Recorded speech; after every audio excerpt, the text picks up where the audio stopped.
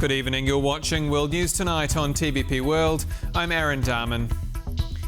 As tyranny once again threatens Europe, we and our allies stand together in support of Ukraine. These were the words of King Charles, delivered with Donald Trump at his side, the US president leaving the United Kingdom with Kyiv's fight against Moscow top of mind. More in just a moment. First, tonight's headlines. Joint operational group on unmanned aerial systems. Poland and Ukraine join forces to defend the skies. Investors are drawn towards Ukrainian bonds.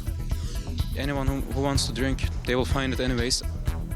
And Warsaw's deputy mayor quits over booze ban proposal. Donald Trump says Russia's Vladimir Putin has, quote, really let him down over peace negotiations in Ukraine, with the British royals urging the US president to keep the pressure on Moscow. It comes as Trump wraps up his two-day state visit to the United Kingdom, in which he also put pen to paper on a multi-billion-dollar technology pact. Kazimierz Swiesiak has more on the art of the deal. As the British Red Devils paratroopers landed in front of the Prime Minister's residence on Thursday with a giant American flag, the UK and the US have landed a historic economic agreement. What a day. £250 billion flowing both ways across the Atlantic. It is the biggest investment package of its kind in British history by a country mile. The so-called tech prosperity deal, apart from closer cooperation on AI and quantum computing, includes new nuclear power plants to be built in the UK by American companies. You need the energy. You have to have the energy. That's one thing I learned very quickly. They need a lot of electricity. In the United States, you need double what we have right now just to maintain that fight. But business was preceded by the glamour of royal life. A scenic ride in the king's carriage, certainly appealing to Trump's ambitions. Long live the king. With the actual king making an effort to remind the US president of what's at stake in the war in Ukraine during the welcoming banquet on Wednesday. In two world wars, we fought together to defeat the forces of tyranny. Today, as tyranny once again threatens Europe, we and our allies stand together in support of Ukraine. The message being much appreciated by the Ukrainians. What's your thoughts when you hear this? God bless King. Okay. And no wonder, as the royal welcome is more than just for show. It's the traditional British strategy of soft power. By flattering Trump, by saying nice things, by giving him the pomp and the pageantry, so that he goes back home feeling good about the UK's request that the US continue to support Ukraine. And the leaders' wives adding the silent commentary by dressing in the colors of the Ukrainian flag. A nice gesture, but does it indicate Trump's shift towards stronger support for Kyiv? I wouldn't read it as a signal into Donald Trump's administration. I think many people influence his worldview, but, Melania Trump or the State Department or, indeed many American diplomats aren't part of that equation. The US president then allowing himself a rare moment of open criticism towards his Russian counterpart. The one that I thought would be easiest would be because of my relationship with President Putin, but he's let me down. And as Trump departs from the UK, he's leaving with the unsolved conflict in Ukraine on top of his mind. For TVP World, I'm Kazimierz Swiesiak.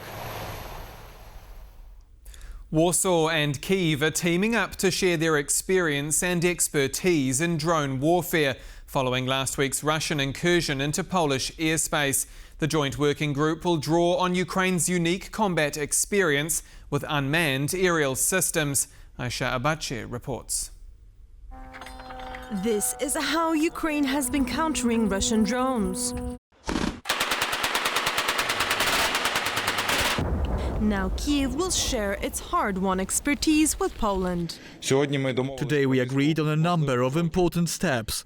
The first is the creation of a joint operational group on unmanned aerial systems, which will include representatives of the Ukrainian and Polish armed forces. On Thursday, Poland's defense minister Władysław Kośniak-Kamysz traveled to Kyiv to shake hands with his Ukrainian counterpart. Warsaw is wasting no time when it comes to security. This is very important to us, and we want to create joint initiatives in the defense industry. Ukraine is an incredible leader. We want to benefit from your knowledge and skills. It is important for the military equipment and also weaponry to test them, not only in this kind of exercises environment, but also when we think about the real combat. That's why it's so valuable from our side to have a very effective line with Ukrainian partner. Just last week, 21 Russian drones entered Polish airspace. Russian authorities brushed off the incident as a mistake, but Warsaw has firmly said it was a provocation. The first breach of our airspace was before midnight, and the last drone that we shot down was at 6:30. So the air fight took 7 hours. 7 hours is not a mistake. The incident coincided with the Zapad 2025 military drills held jointly by Belarus and Russia, which put the entire eastern flank on high alert. Days after the incursions, 7,000 Polish soldiers took part in military exercises to demonstrate the army's capabilities and, according to the defense minister, to, quote, deter anyone who might be thinking of attacking Poland. One of Ukraine's most popular public figures suggested that the incident sobered up Ukraine's allies. It must be a wake-up call for Poland and for whole Europe, because they will never stop. With the latest state visit and these joint initiatives, it's clear that Polish authorities are moving quickly to embrace this new reality. For TVP World, I'm Aisha Badge. And we'll have Adam Yasta's full exclusive interview with Serhiy Prytula right after World News tonight. Staying with Ukraine now, and investors are being drawn towards the war-torn country's bonds in the wake of news that frozen Russian assets could be used to fund the fight in Kyiv. Maciej Wilovski has more. Investors are buying up Ukraine's dollar-denominated bonds. Enthusiasm is high on the prospect that the European Union could unlock up to 170 billion euros of frozen Russian assets to fund Ukraine. One thing is very clear. Russia, the predator, has to be held accountable for what it did and has to pay. This could be done through so-called reparation loans, where capital raised from zero-interest bonds could be transferred to Ukraine in tranches. In another piece of good news for Ukraine, the Trump administration on Wednesday said it would pledge up to $75 million for a joint minerals fund with the country. It's part of a combined $150 million fund that will aim to rebuild Ukraine's war-torn economy while compensating Washington for its aid to the country.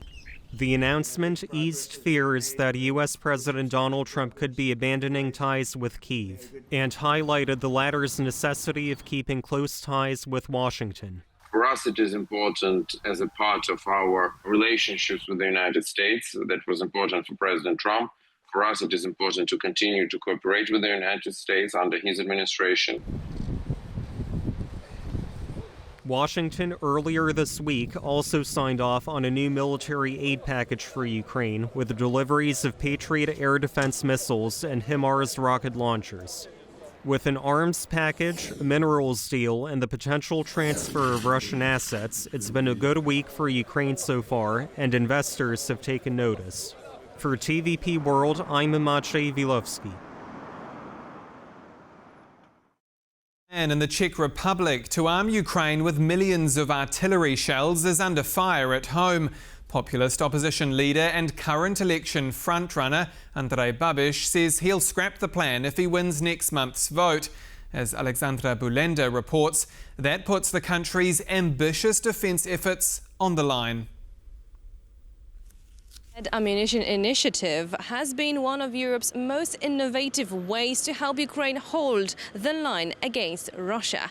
And Prague secured more than 1 million artillery shells this year alone, plugging the gap left when Washington stalled on weapon deliveries. But now, mind you, just weeks before a decisive election, then the plan faces its sharpest attack yet. Andrej Babiš, the billionaire former prime minister and frontrunner in October's vote, calls the share program, quote, rotten. He insists taxpayer money should go to the Czechs, not Ukraine's battlefield. If he returns to power, he promises to scrap the effort altogether. It is rotten. Why would we continue with that? We need money for our people. Why pull the plug on an initiative that made Prague a leader in European security? We put that question to a former defense ministry official. As a leader of a catch-all party, he's trying to gather votes from all parts of the political spectrum, including the more extreme parts of the spectrum, and that for him means he has to toughen up his rhetoric. The numbers show why his words resonate. A June survey by STEM found that 49% of Czechs think their country is already giving Ukraine too much. Only 29% said support was about right, while just 6% wanted more.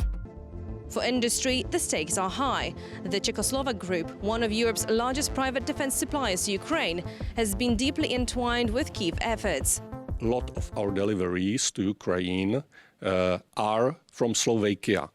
And despite various proclamations of Slovak government, the fact is that defense export from Slovakia to Ukraine is at the highest level ever. On the government side, contributions have remained massive until now. Last year, the Czech coordinated shell drive delivered 1.5 million rounds of heavy ammunition, funded by 14 allied states. This year, the target is 1.8 million shells.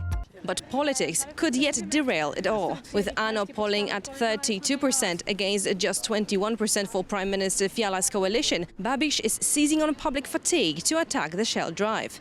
If he follows through, Ukraine will now have to look elsewhere, and Europe will once again be tested on whether words of solidarity match the real firepower. A strategy old as the war itself. Turn the battlefield into the ballot box. From Prague for TVP World, I'm Alexandra Bulenda. Political drama in Warsaw over a booze ban proposal in Poland's capital. The city's council has signed off on a limited pilot ban of nighttime alcohol sales, which will roll out over the coming year. But the months-long debate ended in a walkout, with the deputy mayor quitting on the spot. Randy Potts has more. In a dramatic end to a months-long debate, the deputy mayor of Warsaw, Jacek Wiśnicki, resigned on Thursday after the city council voted against a citywide ban of nighttime alcohol sales. I informed the press then that I could no longer be the face of the city's social policy and resigned from that position. Politicians on the left supported the ban, while the right opposed. Law and Justice took the position that we must listen to the residents who have their representation in the district councils, and we proposed that it should be the district councils that express their opinions. Late on Thursday, the Warsaw City Council voted to split the baby. Instead of a citywide ban, a 12-month pilot program. The restrictions of nighttime alcohol sales would initially apply to two key districts, Śródmieście and Praga Północ, step by step, forward. The ban won't apply to bars, restaurants, pubs, or other catering establishments. I don't think it would make a difference because anyone who wants to drink, they will find it anyways, and I don't make it make a difference. Like, you cannot ban people from drinking alcohol. What I think about it, actually, I live here nearby, so actually I think it has no sense, actually. It's nonsense, because you can buy alcohol before. So far, nighttime prohibition has been introduced in about 180 municipalities, including Kraków, where some forms of alcohol-related police intervention have dropped by nearly 50%. This is about safety on the streets. It's about putting an end to the pathological situation that, unfortunately, we are dealing with in many parts of Warsaw. One man who sells alcohol in Warsaw strongly supported the ban. Kraków, Poznań, Gdańsk, 23 p.m. stop. But not in Warsaw. In Warsaw is do what you want. and this is a lot of problems. For TVP World, Randy Potts. The National Theatre Opera Narodowa in Polish stands as one of the country's most prestigious artistic institutions, and under new leadership, it's now preparing for the season's first major premiere. Karolina Shapland explains. Picture this, a capital city reduced to rubble after World War II. And a group of architects, city planners, painters, engineers, all wanting to rebuild this city in a different way, a city that will be far removed from its pre-World War II chaos. Well, that's the premise of a new opera commissioned specially by the National Theatre to start its new season. I am very thankful and privileged actually to be able to open my first season with this title, The Best City in the World, the opera about Warsaw. First and foremost, we didn't want to make a documentary. It's somehow a fantasy. The librettist who wrote the piece connected two characters which never met actually. One is an architect, female architect, Helena Sirkus, and the second one is a journalist, Anna-Louise Strong. And through these two women, he shows very complicated world. This is always very exciting to sing first time something completely unknown and to create a role which was never created. There is no canon I have to follow, no rules. I just have to find my own way to create a character. I wanted to show some qualities which be represented by Anna-Louise Strong. She was an American journalist linked with the Soviets. She wanted to see something more, something outside of her country. Time will tell whether Warsaw, the best city in the world opera, will join the beloved classics of the repertoire of the National Theatre. But one cannot deny the ambition of this opera and of its creators. For TVP World, I'm Karolina Shapland.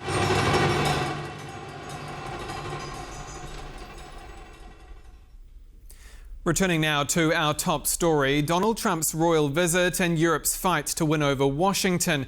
Joining me is Sir Robin Niblett, Distinguished Fellow at Chatham House. Good evening, sir. Good evening. Good to be with you. Likewise, Trump's second state visit. Let's be clear, is this simply pomp and ceremony or a diplomatic win that warms Washington's ties with the UK and by extension Europe? That's a big question. I would say this is an important meeting in a chain of meetings that collectively are making sure that the transatlantic relationship, not just the UK-US relationship, the whole transatlantic relationship remains solid enough to see us through these very perilous times. You know, the meeting itself is important, as I said, because of where it fits in the sequence. From the meeting in the White House that other European leaders were collectively involved with as well, through to, with President Zelensky that took place back in August, through to the future meetings that will be taking place at the UN General Assembly. Each of these moments is a moment where things must not go wrong, and where the two sides need to keep making, at the very least, making sure things hang together on Ukraine especially, but do not go backwards, because we all know at any moment things could turn bad. So all I can tell you is in London, everyone is breathing a large sigh of relief that the meeting got off successfully and there are no nasty surprises. Do you view this state visit, a historic second state visit, as only happening because of the tenuous transatlantic ties that Europe currently face? I think the second state visit has happened because keeping Donald Trump on side is uniquely important right now at a time when Europe in particular, UK included, face some of the most difficult challenges they faced in decades. Now, President Trump, is not having two terms sequentially. There's been a 4-year gap between them. So that provides a certain amount of, you might say, cover for having a second visit. It is two different monarchs, And of course, President Trump will be able to say that he is the only president, well, in modern times, to have met two different monarchs, Queen Elizabeth the last time and King Charles this time. So, yeah, look, the reason it took place, the reason the invitation was extended, as we'll remember when Prime Minister Starmer visited President Trump in the White House all of that time ago and gave that letter from King Charles, was to make sure that the relationship would hang together, given how many differences we had at that time. It's hard to remember, but in those days, President Trump was saying that, President Zelensky was responsible for the war. We had threats of 40% tariffs being imposed on European countries. When you think of where we are today, we are in a better place. So I think the reason for this visit is quite logical. You mentioned keeping Trump happy. Some say Europe will need to flatter Trump for as long as is necessary, even if it doesn't want to. Are we in an era of European leaders, of Brussels, of London, either biting their tongue or scrambling to the whim of this president? It'll look like both those things are going on, biting tongue. Certainly there's some moments in the press conference today where Keir Starmer had to bite his tongue, on wind farms, President Trump was calling them the most useless, forms of energy, way expensive. These things are not true. Prime Minister Starmer bit his tongue. But the way I think of it is that Starmer and other European leaders are buying time. Europe has to buy time. We are not strong enough, which is amazing, collectively to be able to confront Russia, certainly over Ukraine right now. We are not strong enough to be able to compete in the new high technology industries of AI against China or America. So lots of tough decisions are having to be taken in London, in Paris, in Berlin, in Warsaw, throughout Europe. And while those tough decisions are being taken, we cannot afford to have at the same time a fight with the United States. So as we develop air defense capabilities, as we develop drone defense capabilities, as we start to invest in our own digital technology capabilities, during all of that buying time, we need to make sure that the relationship with the United States stays strong. And the fact of the matter is that the differences between President Trump and just about every European leader in power today are profound and serious. But you wouldn't have guessed that from the last 2 days here in the UK. A fair point. And that brings me to President Trump pushing NATO and EU countries to move first, for example, on Russian oil before he slams those extra sanctions on Moscow. Is he playing for time? And can Europe actually trust him to act? Well, actually, I think that's a good way of putting it. I don't know if he's playing for time. I think President Trump, we know he doesn't believe in sanctions. He thinks, economics is about making money, not about trying to deprive yourself from the capacity of making money. I think he also believes that the Biden administration's use of sanctions kind of actually weakened the role of the dollar, has encouraged countries, China, Russia, but other emerging markets, Brazil, Indonesia, to try to find ways around the dollar and not to use the dollar. So he doesn't believe in sanctions. Secondly, he knows that actually the only countries that really have clout when it comes to sanctions with Russia are actually European countries. We're the ones that have traditionally imported most of the oil and gas from from Russia. We're the ones who had the bigger trading relationships. The idea that the United States would impose secondary sanctions on China as well as on India for buying Russian oil, when the countries that are most threatened by the continuation of this war against Ukraine are European countries. And the idea that we in Europe would not do this, that we would not impose 100% or whatever tariffs on China and on India at the same time, to be frank, is illogical. So I think he's quite fair to throw it back in our lap. The fact of the matter is, Trump, wants to complete a trade deal with Xi Jinping. As you know, there is possibly going to be a phone call between President Xi and President Trump tomorrow. They're trying to sort out TikTok. They're trying to sort out what semiconductors could be sold by NVIDIA to China. They're trying to work out what tariff rate China will find as part of the reciprocal tariff arrangements that President Trump is imposing on all America's trade partners. It is a very sensitive moment for one of the most important bilateral trade relationships in the world, US and China. And Trump is not going to jeopardize that on behalf of helping Europeans win their war against Russia. I think it's as plain as that. So, yeah, he's throwing it back at us. And my view is I think European governments, including the UK, are not going to impose secondary tariffs on India. We're trying to do a trade deal with India. We're not going to impose secondary tariffs on China because our trading relationship and our technology relationship and our energy relationship is too important. So, yeah, I think he has checkmated us on trying to get America to apply more economic pressure on Russia. And we're not going to do it, and he's not going to do it. You rightly raise India and China. The European Union, as you mentioned there, the UK, also trying to keep those relationships warm. For example, the likes of India this week looking to explore deeper ties. Obviously, China, despite both of those countries' ties with Russia. What do you make of that? And is the Trump effect actually driving these transatlantic partners in terms of Europe to find friends elsewhere? If I go back to what I said earlier, Europe has to buy time right now, so it certainly must not look like it is trying to play the United States off for individual advantage. So, you know, one of the tough questions that Keir Starmer did not get, as far as I could see at that press conference today, was whether we in Britain, the Starmer government, would approve the site of the new Chinese embassy, which is supposed to be in a very prominent site near the Tower of London. It would make it the largest Chinese embassy in Europe. It's in the old Royal Mint where we used to make our pounds, you know, and currency, if you see what I'm saying. And there's a lot of opposition to it here in the United Kingdom. There's also been a lot of questions about the wisdom of doing this in America. Now, Prime Minister Starmer does not want to lose access to the Chinese market. He would like more Chinese investment in the United Kingdom in non-sensitive areas, not in telecoms, not in semiconductors, but he would like them in other sectors of the British economy, including in our renewable energy.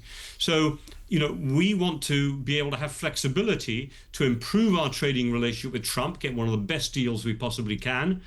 We're sort of haven't completely sorted that out yet. I can talk about some of the details if you want. But at the same time, Britain is trying to keep a functional economic relationship going with China. At the moment, that seems to be the same as what Donald Trump is doing. So I think both sides, the Trump administration and the Starmer government, has decided not to talk about the China threat, just move it off stage, if I can put it that way. So we're not trying to sort of get advantage over America in our relationship with China. The Trump administration, at least, is also trying to get an effective relationship going with China because they've learnt that without Chinese processed rare earth minerals, a lot of American investment coming into America is not going to be effective, whether it's defense investments, because of the rare earth components in Lockheed Martin, in fighter jets, in radar, in guidance systems. That's a real clout, a real stick that the Chinese administration has been able to hold over America. So my sense at the moment is the British government, European governments, and America are trying to dial down the anti-China rhetoric that we saw at the beginning of this administration. Now, we're unfortunately running out of time, but one last question. After Russia launched its full-scale invasion in 2022, you wrote on social media about Ukraine that we must not forget or let them down. Is the West, through Trump's talking, the hot and cold with Putin, the back and forth with Europe and NATO, letting Ukraine down?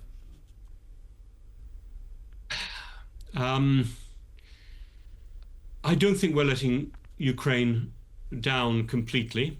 So obviously I'm picking my words carefully here. It is notable that European governments, UK included, have made up in the first 6 months of the year. We have provided collectively as Europeans the same amount of money which has been targeted on helping Ukraine with defense purchases to defend themselves and financial assistance to cover their budget costs. Europe alone has paid the same amount as America and Europe did last year. So that is an important contribution. I'm proud of European governments for having stepped up and protected Ukraine. I personally believe that we should not be holding the idea of putting some military force on the ground to help with training, to help with logistics. We should not be holding that hostage to a ceasefire, because that gives President Putin control over the negotiating process. So I would like us to see us do more. I'd like to see the EU advancing the membership negotiations faster, making real progress.